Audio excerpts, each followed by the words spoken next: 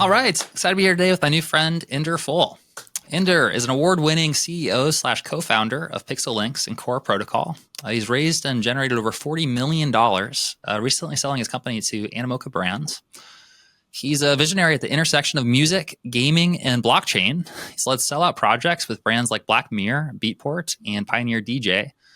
And he says that over a decade of experience working with companies you might have heard of, like Disney, and he's continuing to shape the future of the metaverse.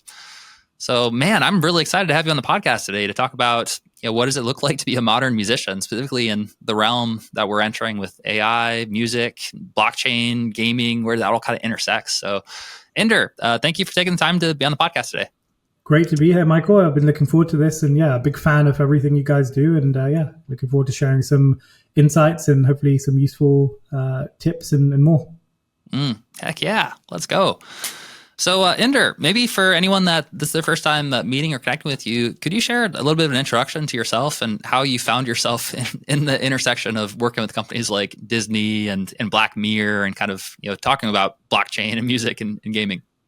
Yeah, it's a long journey, I guess, in some sense. I'll try to keep it concise. I've always been a fan of music and culture, I guess, and from a young age. I was born in Africa, in Nairobi, moved to London when I was about 10. And, very early on, I got into music and creative culture more than anything. I kind of just loved, forms of expression. I think I set up my first business when I was 16. I was DJing, which is a common path, I think, for a lot of people, just DJing at parties and for friends, and kind of always had this entrepreneurial bug. My family are entrepreneurs. My dad ran his own business. His dad ran his own business. So I think it was always like a rite of passage that at some stage I would kind of be thinking about that. But early years, I was just very much kind of into music, into kind of creative culture. I was skateboarding, and I remember, I think I was in university and I was studying economics, and I was like, this is really not for me. I was like, this is not that exciting. It's not really what I'm into, although it's interesting. And I started to kind of go down this journey of thinking about startup culture and what I would really want to build. I was around that age of like early 20s. I was like doing like videography. I was doing a lot of just very experimental things. And I remember I was kind of thinking about brands, and this is like in my early 20s, maybe 28 years old. I was thinking about brands and how they would come into places like skate parks where I would be active and, try and make themselves present and, advertise their products to my generation and people that I was connected to. And I was like, there's just something that doesn't feel right. There's like this disconnect between these companies and how they're trying to speak to like younger audiences. And so that was one of the first starting points of my first like proper business, which was an agency connecting brands to youth culture. And that was sort of the early stages. I didn't really know where exactly it was going to go. And I used to message people on LinkedIn, just like cold message, like, hey, this is this project I'm working on. And one of my first clients was Lacoste. After a few months of just messaging people, I was suddenly had this client, which paid me more in like one brief than I was getting paid in a whole year of like having a different job. So I was like, okay, maybe there's something in this. And, through that journey, I was basically just like working with brands, started to connect with a lot of big global organizations and help them think about not only how could they connect with youth culture, but also how could they use technology to transform the way they market to younger audiences, and really got excited about innovation. And so this is a point in my life where I'm making music, I'm skateboarding, I'm DJing, and I'm also like trying to figure out my career where I'm working with these organizations. And so I was always in like this epic, like intersection in many ways, right, of culture and technology. And so I would say that was some of the early stages. When I was around 23, 24, I won an award called the International Music Summit Visionaries Award, where in order to apply, you had to basically present a vision for the future of the music industry. And this was about 10 years ago. And I basically shared some ideas around how things like blockchain and gaming could present these new ways for people to not only monetize, but also grow their career, manage their intellectual property and have transparency and more. So, it was, again, just very early stages of kind of exploring things in the world and just kind of trying things out. And anyway, so I ran this agency for many years, got more into the innovation side of things. And, I discovered blockchain probably like 10 years ago. There was an artist called Imogen Heap who she was doing some very early work in the space and showing how this technology could not only help her monetize more effectively, but also have transparency over her intellectual property. And it just completely inspired me. It was, to me, such a clear, solution for a problem that existed. But I didn't really think much of it. I just kind of continued studying the space. It was still very early. And what happened was COVID hit maybe a few years later. And I saw the whole music industry kind of collapse in many ways. And I was thinking about what my next step would be, like where would I want to go, in the future. And it was like this connection of things that I was passionate about, blockchain, gaming and interactivity, and, working with creators, working with musicians and brands. And so that was really sort of the long-winded journey of it, from the skate parks into making music into ultimately, working with big brands and trying to help them solve their problems.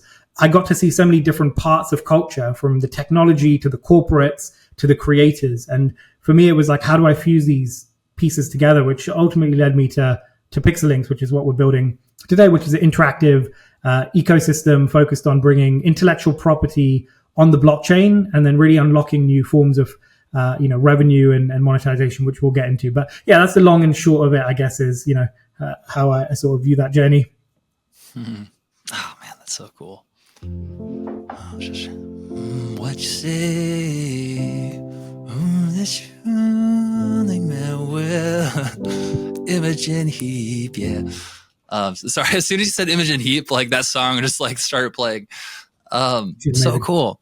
So, the first thing that comes up is, you mentioned that you won an award for kind of casting a vision for the music industry and where things are headed as it relates to blockchain, gaming, and so we're the next question that comes up for me is what were the core principles of that that vision that you described, and I'm also curious to hear your perspective as this relates to the current state, of the music industry and some of the common challenges and the problems. Like maybe you could share a little bit about your diagnosis of kind of what are the biggest issues right now, and then cast that vision towards what you're building. Yeah, I mean, obviously there's so many challenges to solve, but the core idea was called hobby to pro, and my first perspective was the more people we get into the craft of making music, the better it's going to be for the music industry. And the more people who appreciate music as a hobby, whether it's just DJing or making music, I was like, I really think this is going to unlock a really amazing future. If we have more people who make music, they will appreciate it more and they'll support the industry. I think there was a very clear,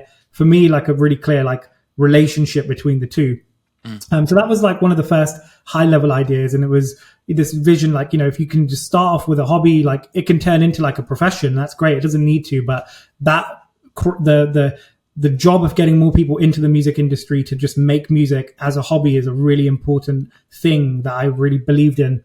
And then beyond that, there was a number of other things that I was interested in. So, this was at a point in time, which is still now, artists don't really have much transparency around their music. And even more importantly, the intellectual property behind music, the way it's managed is really complex. There's a song could have dozens of songwriters, labels, publishers involved, producers involved. And that creates so much fragmentation that makes it really difficult for music to really grow. And I believe that blockchain could be this amazing solution for that. It could be this technology that would allow us to think about our intellectual property in a more controlled way, and to then enable things like partnerships and collaborations and licensing and new forms of distribution, as well as giving artists transparency.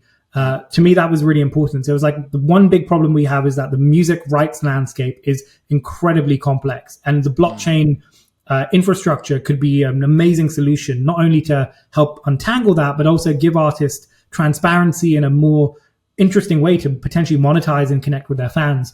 Some of the other principles included interactivity. I was, even then thinking a lot about gaming and kind of the idea that new mediums of consumption like games and, you know, gamified experiences as a whole could, again, not only get more people into the craft of making music, but it could also be this incredible new revenue stream. It could be this new canvas in many ways for artists to think about their craft, not only just releasing songs, but releasing audio visual experiences that maybe 10 years ago were out of their reach because the technology wasn't really there and it's expensive. But if we invested into these features, we could give artists a much broader canvas to express their visions. And, you know, an artist could be more than just a songwriter or a musician, but could actually have multimedia, you know, experiences that are central to the way they present their vision. So those were some of the main things, I think, you know,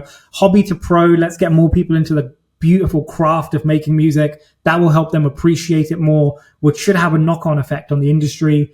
Blockchain infrastructure is really important to protect rights and to create new ways for us to think about intellectual property.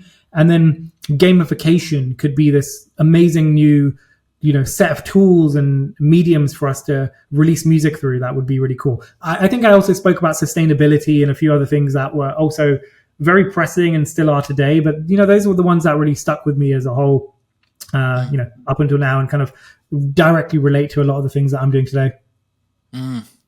Very cool. What was amazing as well, just to touch on it, when I won that program, which is why I think these things are so important. Like, I was, you know, relatively unknown in the music industry. You know, I didn't have a name for myself. I was like 24.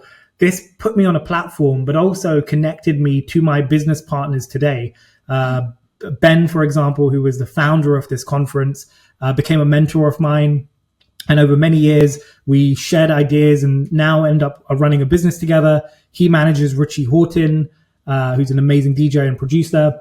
Through that, I got connected with deadmau5 and Dean Wilson, who's deadmau5's manager. So it was an amazing foundation, I think, for me, not only kind of being able to present a vision, but also, you know, to get connected with a lot of the, you know, key people really moving the space forward. And, you know, those who basically help mentor and push my career into where it is today. Super cool. Yeah. I mean, when did you write that article, or when did you submit for that contest? It's a video. You can find it if you type in Inder Phull Visionaries Mix Mag, I believe. Let me see.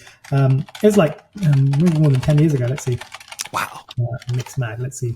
When is it? 2016. Okay, so 9 years ago, I guess. Yeah. That's pretty prescient to be, you know, able to forecast that ahead of time. I mean, some of those ideas I feel like are maybe more on the surface now. But just to recap, make sure I'm hearing you correctly. So really, like, the three big ones that stand out are, one is, you know, creating easier platforms for people to just create music in the first place. So to go from hobbyists to professionals and making it easier, which, oh my gosh, like now, especially compared to when you initially submitted, now we have, like, you know, Suno and UDO, and the, you know, capabilities are increasing every day for what people can create. Then also the blockchain as a tool for having more transparency around your rights, and, you know, making it easier to collaborate. And gosh, I mean, you can't get a whole lot more opaque than a black box that you have, like, no idea, like, what's in the inside. Like, it's crazy. Every time I hear someone who, like, knows what they're talking about this, I'm like, what? Like, that's insane. So, you know, having, you know, the ability to use a tool like blockchain to add more transparency and allow people to collaborate more. And then, sorry, could you remind me the third one that you mentioned gaming, as well? like gamification and interactivity, I think was a big one. You know, thinking about that side of things. Yeah. In gaming and interactivity. So, you know, both in terms of, like, you know, actually having, like, you know, what we traditionally think about, like video games, but also just like having interactivity and the ability to gamify the overall fan and music experience. Really cool. So, yeah, I would love to hear what you're personally most excited about that you're building right now with Pixelynx as it relates to, you know, one of those three things. Yeah, I mean, there's a lot of stuff kind of happening in the ecosystem. We're developing the core protocol, which is an IP infrastructure for basically bringing intellectual property on the blockchain. So whether you're a songwriter or an artist, or whether you're a TV show and franchise like Black Mirror, the tools basically let you register your assets. Those could be songs or scripts. And first of all, claim ownership over them, which is really important, right? These are your assets, so register them. And then from there, we basically enable new use cases. So we can enable remixing, where an artist like Imogen Heap is letting people remix her music right now. And you can then even own a piece of that song and potentially commercialize it with royalties going back to the original artist. And it's her rights managed on the blockchain with a very seamless way for people to remix and co-create using some tools we've made. And, that's one of the things that I'm really excited about. That's Core Protocol as the infrastructure, and then an application called Chorus that's built on top of it that lets people remix. That's, I guess for me, it's very exciting, right? It's such a cool future for fans to be able to become creators and collaborators. And then also potentially, if you want to make it a career, like to actually have the ability to monetize your collaboration with that artist. Super cool. And that's all enabled by the protocol. So all on the blockchain. Some other things that I'm really excited about, we're working with the Black Mirror franchise, and, we'll be launching a whole ecosystem of things around Black Mirror and that IP, and doing a lot of music collaboration. So again, it's like, how many artists, musicians get to collaborate with Black Mirror?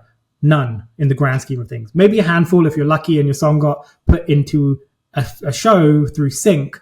But what if you could create your own episode and you had the rights to do something creative with that IP, like make a song around it or make an experience? Again, it's largely out of reach for the world to do that. And what we're doing through the blockchain is making it easy and seamless. Black Mirror can set their rules and say people can do this and this and this, and that means a developer or a creator can come and actually build on top of that IP and have this ability to collaborate with them in a really fun way. So, it's a collaboration ecosystem at its core, and I think that's really what I'm excited about, is allowing people to collaborate and work together and to share value in a way that is not held back by all this fragmentation, weeks of negotiations or legals and contracts, and, labels might hold things back. It's like, you can just do it. It's on the blockchain and it's ready for you to remix. So yeah, I would say that's something that I'm super excited about, is, just the potential of what happens when we get more IP on the blockchain and more creators and developers building on top of it and kind of showing all these new ways to build things in a collaborative environment. Mm. Wow, that is so cool. I feel like it's especially important as we're entering this age of more and more like immersive digital experiences. And I know Meta released their Project Orion glasses, and that was kind of a big breakthrough. And it seems like we're not very far away from having more immersive virtual reality kind of experiences. And that seems like that's when like this digital assets really become like even more, they feel more real, I guess, where it seems like in a lot of cases when we're thinking about like digital assets, they're sort of like abstracted, or it seems like it's not real because it's in digital space. But when we can actually interact and experience those things in real life, like it starts to get really clear. Man, Black Mirror collaboration, that sounds awesome. Just out of curiosity. One thing on that, the thing I think that's also really fun is like, even a lot of the IP that's being registered right now is like songs, just really great pieces of music from very reputable Grammy-winning musicians, for example. And they're saying like, remix me, to come and take these stems and make your own versions and go release them, put them on Spotify or monetize them. But you just have to pay me as well. Give me a kickback, give me a royalty rate. And I think it's really fun. Like, it kind of unlocks this new, but very simple step evolution, I think, from, how an artist might think about their relationship with creators and fans to now being like, let's build things together. Like, come in and remix me. You don't need to be like a musician, but there's tools for you to kind of play with my music in fun new ways and extend its like its existence, because I made it and it's like it's one version, but it could also be really beautiful as like a lo-fi minimal version that works for you. And I think there's something really fun in that. As a musician or as someone who makes music, we obsess over the details, and it's like you want to get a song to be absolutely perfect. And I think what's really fun about this feature is, and we're seeing it like TikTok and all these things, like, fans are coming in without the artist's approval, speeding up and speeding down a song or doing whatever they want to it, right? They just do whatever they want, and it's great because it actually sometimes brings new life into a piece of music. And so for us, it's like this small evolution to say, that's great, and you can do that. But there's also now a business model that can help ensure the artist gets paid and has some way to participate in that future. And so it's remix culture evolved is really the way I like to think about a lot of these things. It's like just a new way to think about remix culture. And one thing I haven't talked about, which I do think is important, when you register your IP, like your songs or your scripts, and you allow people to remix, that's great. That's one use case. Another really important use case is saying, I don't want this to be trained on AI, or I'm happy for it to be trained on AI, but I want to be monetized. And I want to have some attribution so I understand where my music has been used, or, things like that. And I think those are really important problems, because as much as the Sunos and the Udios of this world are great to democratize music creation, they have built multi-billion-dollar empires off the back of other people's IP without any agreements in place. And so for us, it's about building towards a future that gives artists, first of all, control to decide where and when their music and IP is being used, and give them the tools so that they can, have transparency and actually be able to participate in that future, rather than having to sit on the sidelines and just accept it in many ways. So to me, there's two parts of this that are really important: protect and grow. And those are the two pieces of this tech, I think, that is what it's there to serve in principle. Wow. Yeah, I mean, that's certainly like a huge problem to solve with, the AI models at large, is like, how do you attribute the training data source? I would be very curious in terms of like how that works, or like, I know that there's a lot of things, even like the AI, people who are developing it, it's just like hard for them to keep up. And there's a whole line of work, I forget what the name of it is, but it's like interpretability, where they're trying to figure out like, how, and I'd imagine as it gets more and more intelligent, that it'll probably be getting even harder and harder to sort of understand, unless we use like AI to sort of like help like break it down and understand it. But cool, man. I mean, on that piece, I think there's 2 points. One is, first of all AI companies have to be auditable. So your data set has to be clearly auditable, and that has to be proven. And so at least there's a licensing model. So like I can choose my music is there. And then I think there's a bunch of other solutions in place. There's companies like Surreal AI doing some amazing stuff to track attribution. And also there's prompting, you can kind of design the products in a way where, you can say like, all right, I want to use deadmau5 as a prompt, and great. Like there's a business model to like try and attribute. So I think there's a few steps in this like journey that are required, but we're still in the early stages of it. It's the infancy, it's more, exploratory right now till we get to like an industry standard, but it's important that people are talking about it and working towards it, I think, as a whole. Wow. Super interesting. Yeah, I just like got this like visual of a brain where it's like a neural network, and there's like a neuron in there that's like deadmau5. And then it's like when you like mention deadmau5, it's like it lights up that area of the brain where it's like, oh, here's all the deadmau5 related things. And then when you create it, it's like, yeah, like you could directly attribute that with like a direct mention. Wow. Okay. So, what would you say right now is maybe some of the biggest misconceptions of like in the music industry that you think maybe people aren't fully grasping or aware of yet, that in the future it's going to be like common sense? We're like, oh my gosh, like how did we not recognize that? That's a good question.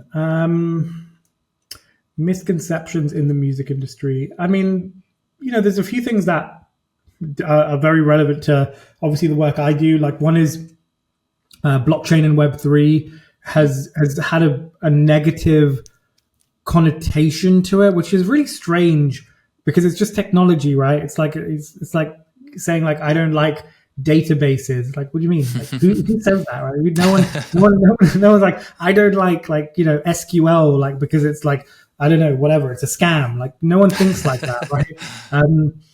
But blockchain has got a very negative like connotation because of the fact that there are scams in the blockchain culture, and it's unregulated, and there's a lot of challenges. And also at the same time, it's a technology that can change the nature of power structures in the industry. So understandably, there's mixed feelings and emotions around the tech. So I would say blockchain definitely has like a misconception on, people think it's a scam, and it's just a technology. It's like how it's applied is more important to like obsess over, rather than trying to like think about it as this like overarching culture, which it does have elements of that. But I would say that's one piece. Blockchain is a scam, crypto is a scam. Like, there's merits to those statements. I'm not going to act like there's not. Like, for sure, there's a lot of work to do in the sector. And I think that's probably largely driven by the fact that, and it's fans who think this, right? It's users, the people that we want to on board, who believe this, even though if you ask them, would you support a technology that helps your favorite artist get paid more fairly and transparently, they'd say yes. But then blockchain comes with its own kind of connotations, which is strange.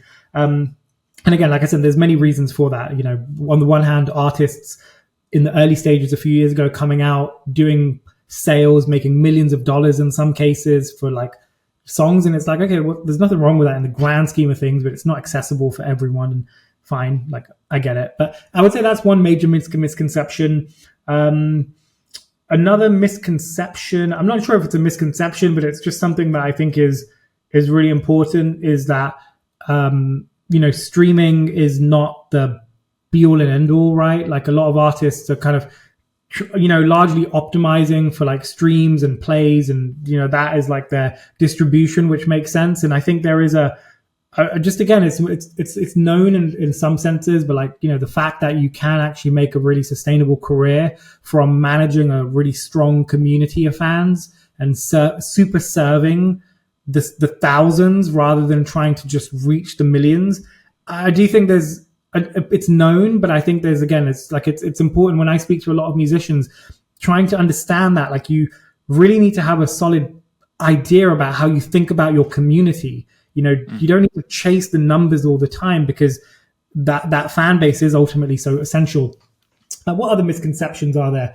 There's probably dozens, I think. Your catalog, your intellectual property is everything. Again, it's maybe not a misconception, just a really important point of knowledge that if you're a musician, you want to make sure you own your rights, because that is the thing that 10 years, 20 years, 50 years from now could be the thing that helps you retire and gives you an exit the same way a startup has an exit. And so making sure that you have good legal advice and you understand your copyright and copyright laws and your intellectual property, again, I would say is a hugely important topic that is maybe under, not undermined, but like people don't think about it as much as they should do. And it really is such an important part of this future that we need to build for artists, is for them to understand that your intellectual property is everything.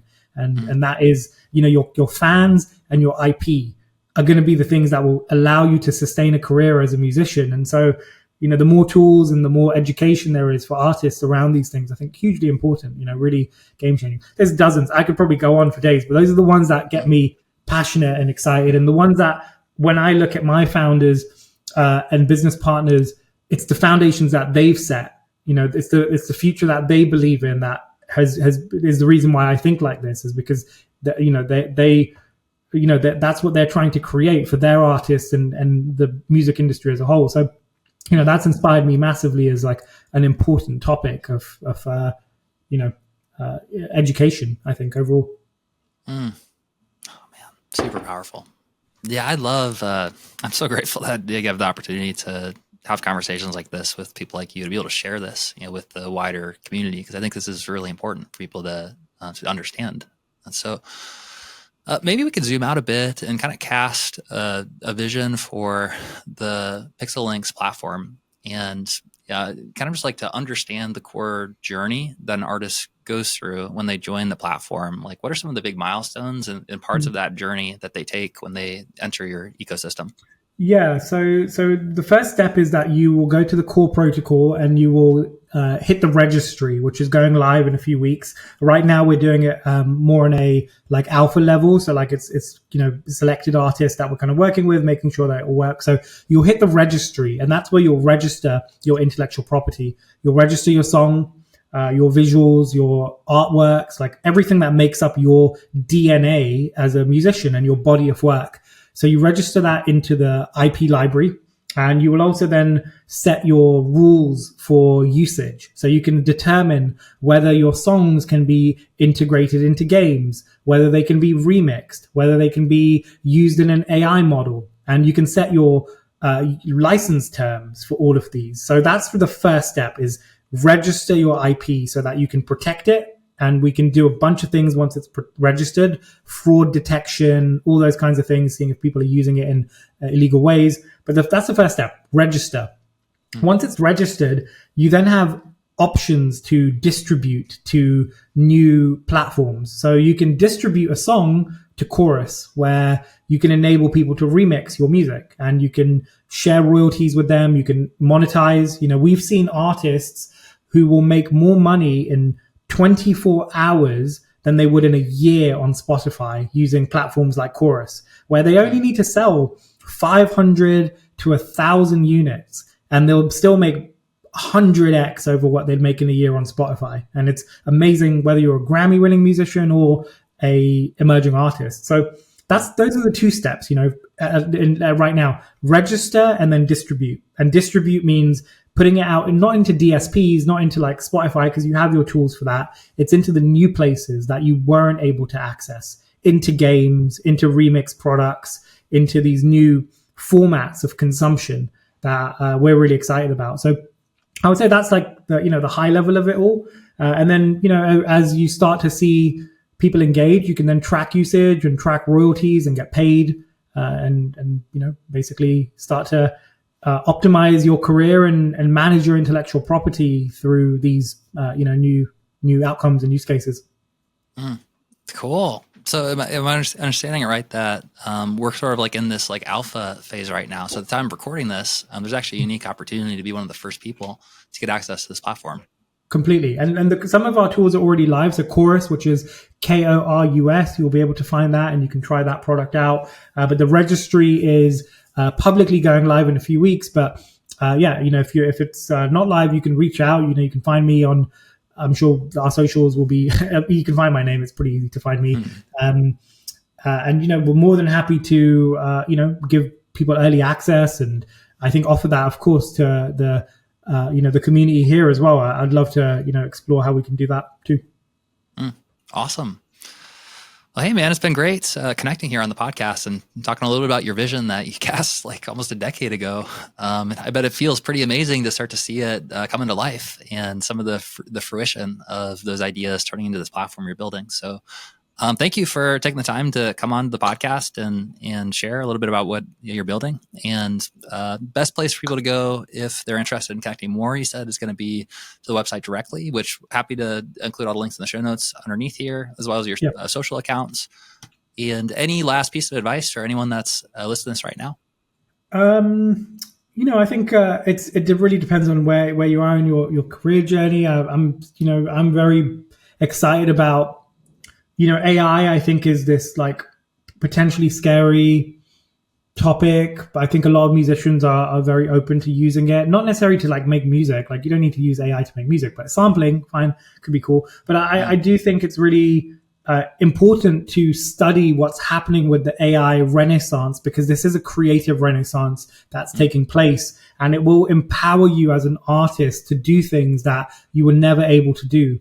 It will allow you to create at a really proficient like level through video and through other things, but through things like AI agents, which I'd suggest you research, and other tools, you can optimize your career in a way that a whole team would be doing. And you can do this with technology now. And so that would be my main bit of advice, is study what's happening with AI, study AI agents, experiment with the tools, and also look into, blockchain and intellectual property as another layer of this. And those two are, AI and blockchain are renaissance technologies that can completely transform the creative like world we live in, and give you more control and also more, creative expression and so much more. So yeah, I'm really excited. Like overall, I think there's so much to look forward to. And my main thing is just study the tools and experiment with them, and find a way for them to fit into your workflow, and whether that's optimizing your social media or helping you come up with ideas, or suddenly creating a music video. Like the world's your oyster in every sense now. And so embrace the renaissance. That's what I would say, because it is really here. I like it. Embrace the renaissance. I feel like that should go on a t-shirt somewhere. Inder, man, this has been a lot of fun. Thank you again for taking the time to be on the podcast today. It was really great, Michael. I really appreciate your time, and everyone listening in. Thank you for giving us 35 minutes or so, however long it was of your time. Hope it was useful.